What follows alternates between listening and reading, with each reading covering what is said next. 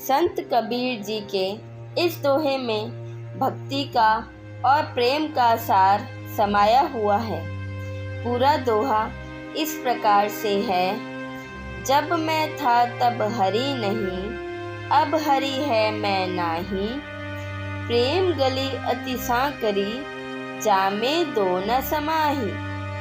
संत कबीर ने अपनी इस वाणी में मनुष्य को समझाया है कि अगर कोई परमात्मा के प्रेम को पाना चाहता है तो उसको अपने अहंकार को छोड़ना होगा। ऐसा नहीं हो सकता कि मनुष्य ईश्वर को प्रेम भी कर ले और अपना अहंकार भी ना छोड़े। दोनों में से किसी एक चीज को चुनना ही पड़ेगा, क्योंकि संत कबीर कहते हैं हरि के प्रेम की गली बहुत ही पतली है, जिसमें से केवल एक ही गुजर सकता है, दो नहीं। इसका एक बहुत अच्छा उदाहरण महाभारत के युद्ध से पहले देखने को मिलता है। जब प्रभु श्री कृष्ण के पास अर्जुन और दुर्योधन दोनों गए सहायता प्राप्त करने के लिए, भगवान श्री कृष्ण ने दोनों के आगे चुनाव रखा कि एक तरफ वो अकेले होंगे बिना अस्त्र शस्त्र के और दूसरी तरफ उनकी सेना। तब अर्जुन के पास सबसे पहले चुनाव का मौका आया कि वह क्या चुनते हैं, लेकिन अर्जुन ने श्री कृष्ण को चुना क्योंकि उसको उनसे प्रेम था, जबकि दुर्योधन ने उनकी सेना को चुना। और आप सब जानते हैं कि अंत में विजय अर्जुन की ही होती है और दुर्योधन को पराजय मिलती है। अर्जुन को विजय इसलिए नहीं मिली क्योंकि उसने अपने अहंकार को महत्व नहीं दिया, बल्कि प्रभु पर अपने जीवन को छोड़ा। इसलिए उन्हें प्रभु श्री कृष्ण का प्रेम प्राप्त हुआ। इसी प्रकार जब हम भी अपनी मैं यानी अहंकार को महत्व नहीं देंगे और भक्ति मार्ग का अनुसरण करेंगे तो हमें भी परमात्मा का प्रेम प्राप्त हो जाएगा। पीर सबन की एक सी, मूरख जाने नाही। अपना गला कटाए के, किस्त बसे क्यों नाही। संत कबीर जी कहते हैं कि सभी का दर्द एक सा ही होता है। जो मूर्ख लोग होते हैं वह इस बात को जानते नहीं हैं। यज्ञ में या बलि में किसी जीव का गला काटकर जीव स्वर्ग में जाता है या कुर्बानी से जन्नत मिलती है, तो जीवों की बलि देने वाला अपना गला कटवाकर जन्नत या स्वर्ग में क्यों नहीं जाता।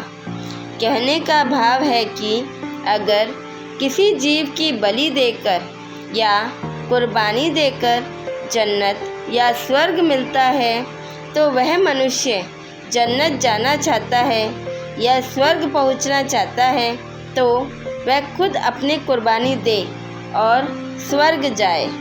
वह किसी ऐसे जीव की बलि क्यों दे या कुर्बानी क्यों दे जो जन्नत या स्वर्ग नहीं जाना चाहता। इसी पर संत कबीर जी ने कहा है कि पीर सबन की एक सी, मूरख जाने नाही। अपना गला कटाए के, किस्त बसे क्यों नाही। हरि संगत शीतल भया, मिटी मोह की ताप।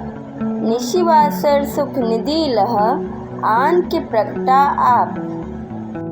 संत कबीर जी कहते हैं कि भगवान का सुमिरन करने से जीव को शांति मिलती है और मन शीतल होता है।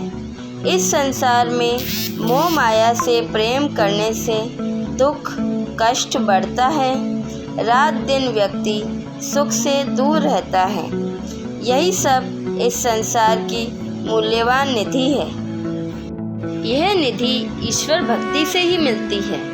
कहने का भाव है कि अगर मनुष्य अपने जीवन में आनंद का, शांति का अनुभव करना चाहता है तो उसे इस संसार की मोह माया से दूर होकर अपने आत्मज्ञान पर ध्यान देना पड़ेगा। मनुष्य एकमात्र अपने आत्मज्ञान से ही इस संसार में शांति और आनंद प्राप्त कर सकता है। इसी पर संत कबीरदास जी कहते हैं कि हरि संगत शीतल भया, मिटी मोह की ताप, निशिवासर सुख निधि लह, आन के प्रगटा आप। संत कबीर जी अपने इस दोहे में आम मनुष्य को संबोधित करते हुए कहते हैं कि समझाने पर तुम समझते नहीं और अपने आप तुम आत्मज्ञान प्राप्त करने की कोशिश भी नहीं करते, ऐसे में तुम्हारा क्या होगा। संत कबीर जी का यह दोहा इस प्रकार है।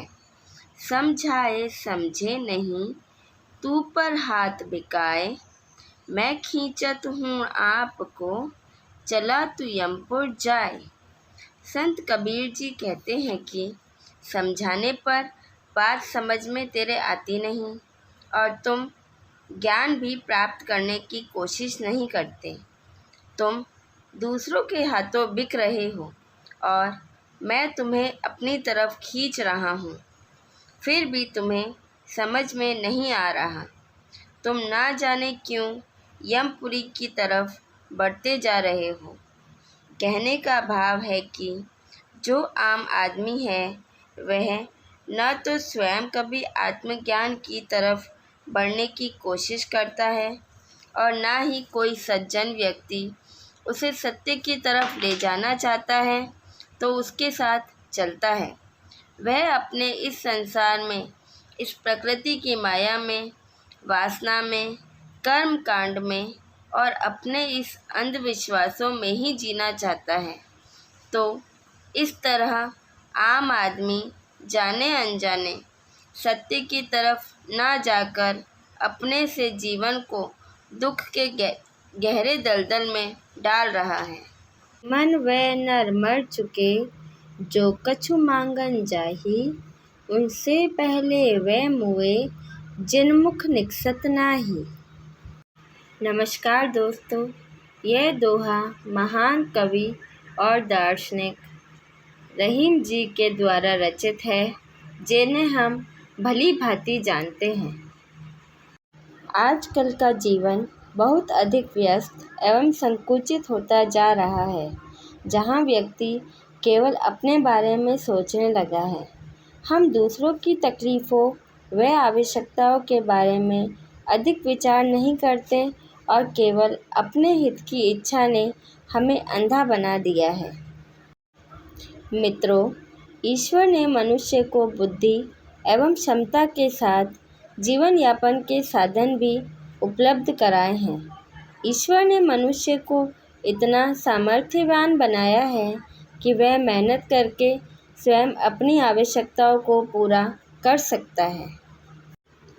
पुरुषार्थ के बल पर जीवन यापन करने वाले व्यक्ति का समाज में आदर होता है, किंतु जो श्रम ना कर परिस्थितियों के समक्ष घुटने टेक देते हैं एवं दूसरों के सामने हाथ फैला देते हैं, ऐसे मनुष्य का आत्मसम्मान मर चुका होता है। किंतु रहीम के अनुसार याचना करने वालों से भी अधिक नीच कुछ व्यक्ति हैं। आइए जाने रहीम ने किन व्यक्तियों की बात की है। प्रस्तुत दोहे में वह कहते हैं कि जो व्यक्ति किसी से कुछ मांगते अथवा याचना करते हैं, ऐसे व्यक्ति मृतक के समान हैं, अर्थात ऐसे व्यक्तियों का आत्मसम्मान, इच्छा शक्ति और अंतरात्मा मर चुकी होती है।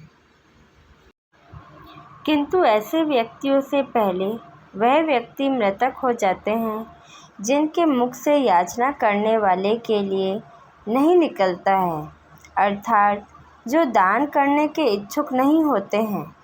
रहीम ने दोनों ही स्थितियों को मनुष्य के लिए लज्जा का विषय बताया है, किंतु दान देने से मना कर देने वाले व्यक्ति से अधिक है और कोई नहीं है।